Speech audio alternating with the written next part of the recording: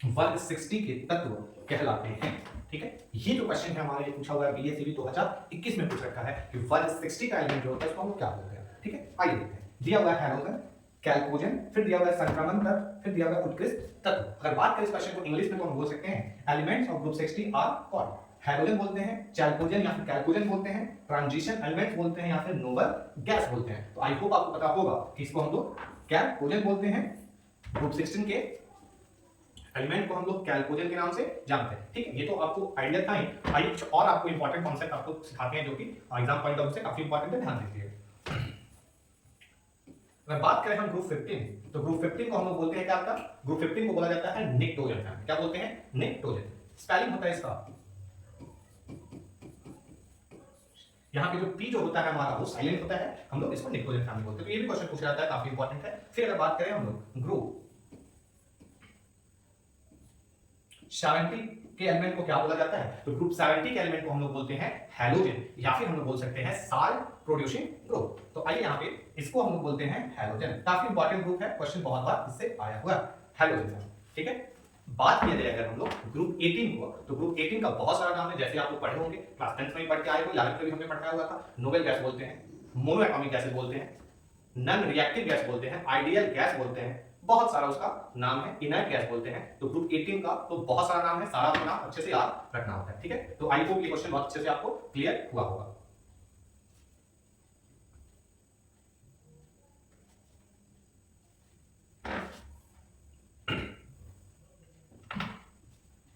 Next question हमारे पास में दे रखा है, स्वीट फास्फोरस को किस द्रव में रखा जाता है? जैसा कि आपको पता है कि स्वीट फास्फोरस जो है काफी हाईली रिएक्टिव होता है। हाईली रिएक्टिव नेचर का होने के कारण इसको हम लोग वाटर में रखते हैं, जल में रखते हैं। तो ये हो जाएगा वाटर में इसको रखा जाता है। आई होप ये भी क्वेश्चन आपको बहुत अच्छे से क्लियर हो रहा हो।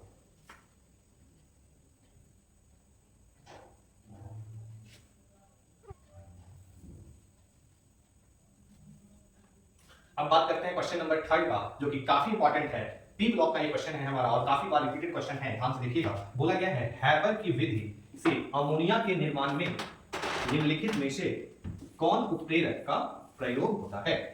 हैबर प्रोसेस में जब हम लोग अमोनिया का प्रिपरेशन करते हैं तो वहां पे कौन सा कैटालिस्ट, कौन सा उत्प्रेरक का यूज होता है, ये यहाँ पे क्वेश्चन पूछ रहा है। तो आप जानते हो जब हम लोग नाइट्रोजन का रिएक्शन हाइड्रोजन के साथ में कराते हैं तो हमारा अमोनिया गैस का फॉर्मेशन होता है।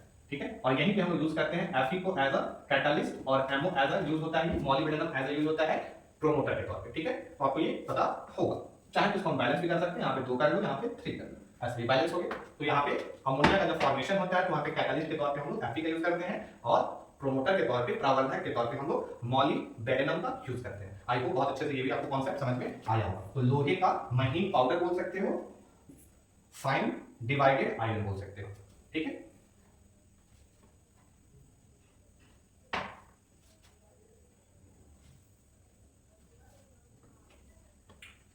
तो नेक्स्ट क्वेश्चन काफी इंपॉर्टेंट और काफी बार रिपीटेड क्वेश्चन है, ये ध्यान से देखना है। क्वेश्चन नंबर 4 पूछा गया है निम्नलिखित में से कौन नाइट्रोजन का ऑक्साइड हंसाने वाला गैस?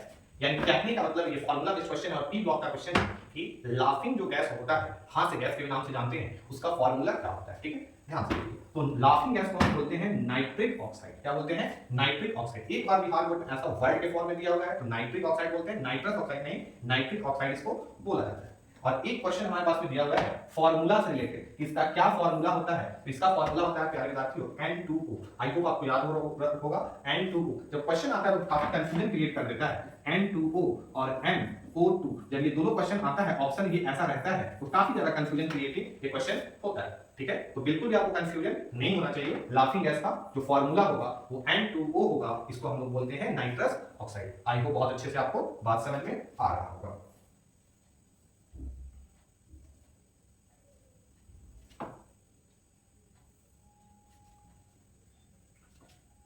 तो क्वेश्चन नंबर 5 कह रहा है कि समुद्री जल से पाए जाने वाला तत्व है, और ये भी क्वेश्चन 2016 का पीवाईक्यू में क्वेश्चन पूछा हुआ है। इस समुद्री जल में कौन सा तत्व पाया जाता है ये बताना है आपको। मैग्नीशियम दिया है, सोडियम दिया है, आयोडीन दिया है, इनमें से कोई नहीं। तो क्या हो जाएगा जी? आयोडीन हो जाएगा। आई होप आपको पता होगा कि आयोडीन के डिफिशियंसी से घेंघा नामक रोग उत्पन्न होता है, जिसको इंग्लिश में हम लोग वाइटर भी बोलते हैं। और आयोडीन हो गया, फ्लोरीन हो गया, क्लोरीन हो गया, ब्रोमीन हो गया, ये सारा ग्रुप 70 के एलिमेंट है, जिसको हम लोग हैलोजन के नाम से भी जानते हैं। ठीक है,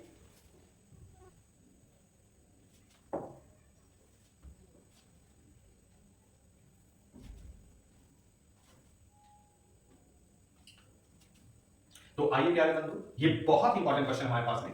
क्वेश्चन कहने का तो एक है, बट ये हमको 4 क्वेश्चन के बारे में आइडिया देकर के जाएगा। 4 क्वेश्चन को समराइज करके एक क्वेश्चन हम यहाँ पे क्रिएट किया गया हुआ है। ध्यान से देखिएगा, कॉन्सेप्ट को बहुत ही अच्छे से समझने का कोशिश कीजिएगा। बोला गया है विच इज इनकरेक्ट मैचिंग, यानी बताना है कौन सा जो है वो गलत मिलान है, यानी कहने का मतलब सही मिलान नहीं है।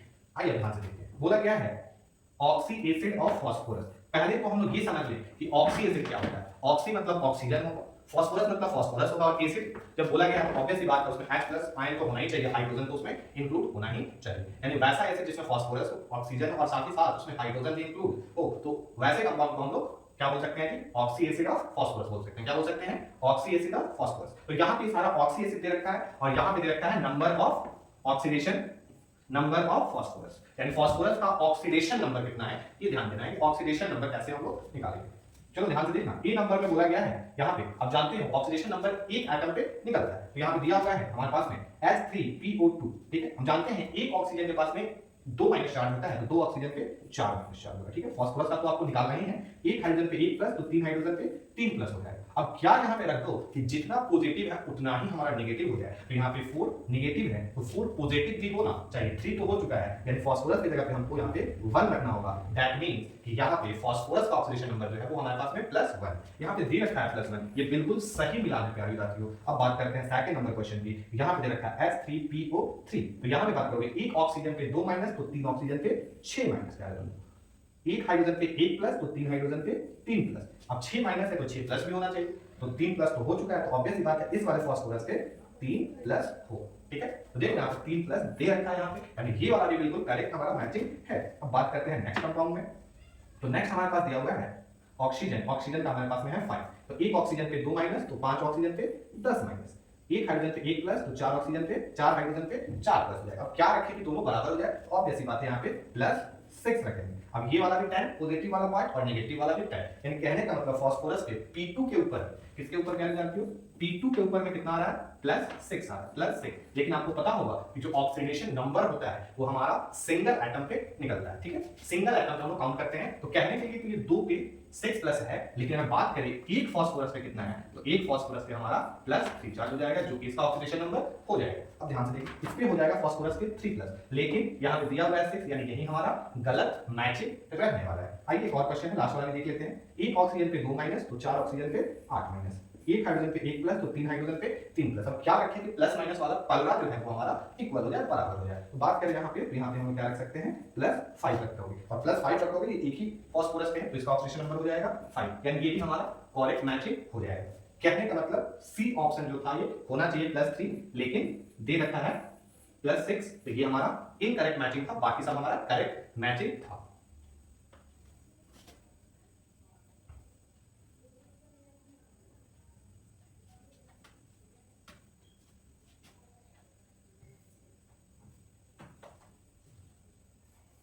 तो क्वेश्चन नंबर 6 है हमारे पास में, विच इज करेक्ट मैच, बताना है कौन सा जो है वो करेक्ट मैचिंग है हमारे पास में। यहाँ पे अगेन वही क्वेश्चन है, ऑक्सी एसिड और फास्फोरस, और यहाँ पे बट बात किया गया है बेसिसिटी। ठीक है, और बेसिसिटी कैसे निकालते हैं, हम कैसे देखते हैं, रिप्लेसेबल H+ आयन, जिस ऑर्थोफॉस्फोरस एसिड में, जिस ऑक्सी फास्फोरस एसिड में जितना H+ आयन जो होता है, हाइड्रोजन आयन, रिप्लेसेबल आयन जो डायरेक्टली कनेक्टेड होता है ऑक्सीजन से, वही रिप्लेस होता है, और उतना ही बेसिसिटी उसका होता है। देखो बात आपको ध्यान से समझ में आ रहा होगा। तो बात करें अगर फर्स्ट नंबर क्वेश्चन, तो हमारे पास में है H3PO2। तो आपको ट्रिक बताया गया था यहाँ पे कि जितना ऑक्सीजन होगा उसमें से एक घटा लो, 2 है इसमें से एक घटा लो तो बच जाएगा 1, यानी ये हो जाएगा मोनो बेसिक। बिल्कुल सही है, स्ट्रक्चर वाइज भी बताया गया था, और यहाँ पे ट्रिक वाइज भी हम लोग कैसे सॉल्व करते हैं आपको बताया गया था। 3 है, एक घटा लो तो ये हो जाएगा डाई बेसिक या डाई प्रोटीन, ये वाला मैचिंग बिल्कुल सही है।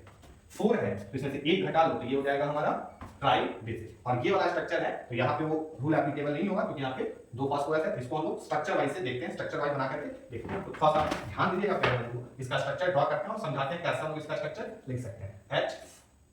H4P2O5, ध्यान देना कैसे हम इसका स्ट्रक्चर ड्रॉ कर सकते हैं। ध्यान देना, हम जानते हैं कि फास्फोरस जो है हमारा, फास्फोरस ये ग्रुप शॉर्ट में GRP ग्रुप 50 में आता है, नेपाल पाकिस्तान। ठीक है, ऐसा। तो इसका वैलेंस इलेक्ट्रॉन कितना हो जाएगा, 5 हो जाएगा, वैलेंस इलेक्ट्रॉन 5। इसका स्ट्रक्चर बनाओगे तो बताया गया था 2 फास्फोरस है, 2 फास्फोरस पहले इधर साइड में तो लिख लो। फिर देख लो यहाँ पे ऑक्सीजन कितना है, ऑक्सीजन है 5, 5 है तो इक्वल इक्वल डिस्ट्रीब्यूट करो, इक्वल इक्वल बांटो, 2 ऑक्सीजन इस साइड और 2 ऑक्सीजन इस साइड। ऑड नंबर में है ऑक्सीजन तो एक ऑक्सीजन बीच में हमारा फंस रहा होगा, ऐसा, ठीक है, ऐसा हो गया। अब ध्यान से देखो, यहाँ पे डबल बॉन्ड करो टावर की तरह, यहाँ पे डबल बॉन्ड करो, यहाँ पे सिंगल बॉन्ड, यहाँ पे सिंगल बॉन्ड, यहाँ पे सिंगल बॉन्ड, यहाँ पे सिंगल बॉन्ड। अब ध्यान से देखना इसका कितना इलेक्ट्रॉन जो है वो पार्टिसिपेट कर गया है, वैलेंस इलेक्ट्रॉन तो 4 और एक बाकी है, तो एक यहाँ पे हाइड्रोजन और एक यहाँ पे बाकी है, तो एक यहाँ पे हाइड्रोजन। देखोगे ध्यान से, इस ऑक्सीजन पे एक हाइड्रोजन और बैठेगा और इस वाले भी ऑक्सीजन पे एक हाइड्रोजन और हमारा डिपॉजिट होने वाला है। अब गौर फरमाओगे, गौर से देखोगे तो समझ में आएगा इसमें कितना ऐसा हाइड्रोजन है जो डायरेक्टली ऑक्सीजन से बॉन्डेड है, वही हाइड्रोजन जो होगा वो रिप्लेसेबल हाइड्रोजन होगा। तो एक ये वाला हाइड्रोजन, एक ये वाला हाइड्रोजन जो है वो डायरेक्टली ऑक्सीजन से बॉन्डेड है, यानी इसका भी बेसिसिटी क्या होने वाला है हमारे पास में 2 होने वाला है, ठीक है। जबकि यहाँ पे दिया हुआ है डाई बेसिक या डाइकोटिक, यानी ये वाला भी ऑप्शन हमारा करेक्ट है। तो आई नीचे बोला गया है ए बी सी डी, यानी चारों का चारों जो मैचिंग है वो करेक्ट है। तो बिल्कुल ये चारों का चारों मैचिंग जो है ये बिल्कुल करेक्ट है, यानी एक ही क्वेश्चन में हम लोग 4 क्वेश्चन के बारे में अच्छे से हम लोग सीखे, अलग अलग करके ये क्वेश्चन पूछा जाता है और सारा पूछा हुआ क्वेश्चन है, हम सारे क्वेश्चन को एक ही क्वेश्चन के थ्रू आपको सारा रिवाइज करा दिया। आई होप आपको बात अंडरस्टैंड अच्छे से हो रहा होगा।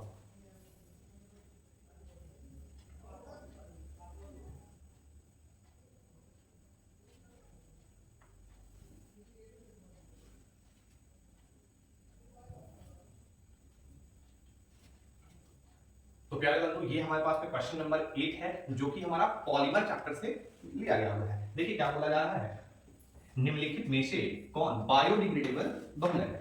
वैसा बहुलक जिसको हम नेचर में फेंक के माइक्रो ऑर्गेनिज्म आए उस पे अटैक करे और उसको क्या करते हैं, डिकम्पोज करते हैं, तो वैसे पॉलीमर कौन बोलते हैं, बायोडिग्रेडेबल। और वैसा पॉलीमर जिसको हम नेचर में फेंके माइक्रो ऑर्गेनिज्म आए बट उसको डिकम्पोज ना कर पाए, वैसे पॉलीमर कौन बोलते हैं, नॉन बायोडिग्रेडेबल। जैसे जिसमें रबर नेचर होता है, जितना प्लास्टिक वगैरह है वो नेचर में हम फेंक देंगे बट वो डिकम्पोज नहीं होगा, यानी कहने का मतलब वो क्या है, वो है हमारा नॉन बायोडिग्रेडेबल पॉलीमर, ठीक है। तो बोला गया यहाँ पे बायोडिग्रेडेबल, ठीक है।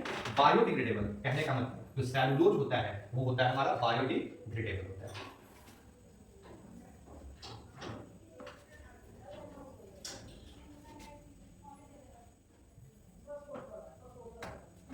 क्वेश्चन नंबर 9 जो है वो मेटलर्जी चैप्टर से लिया गया हुआ है, तो आइए देखते हैं। बोला गया है डोलोमाइट खनिज में पाए जाते हैं, डोलोमाइट मिनरल कंटेन्स, यानी डोलोमाइट जो मिनरल है वो रखता है, तो जनरली अगर हम बात करें तो कैल्शियम और मैग्नीशियम दोनों को रखता है, बट यहाँ पे अगर हम देखेंगे तो यहाँ पे ओनली मैग्नीशियम दिया हुआ है, तो हम लोग मैग्नीशियम को टिक आउट करते हैं, ठीक है। याद रखना होगा आपको, डोलोमाइट जो मिनरल है इसमें 2 एलिमेंट पाया जाता है, 2 मेटल एलिमेंट पाया जाता है, एक हो जाएगा Mg और दूसरा हो जाएगा हमारा कैल्शियम। आई होप बात आपको अच्छे से समझ में आ रही होगी।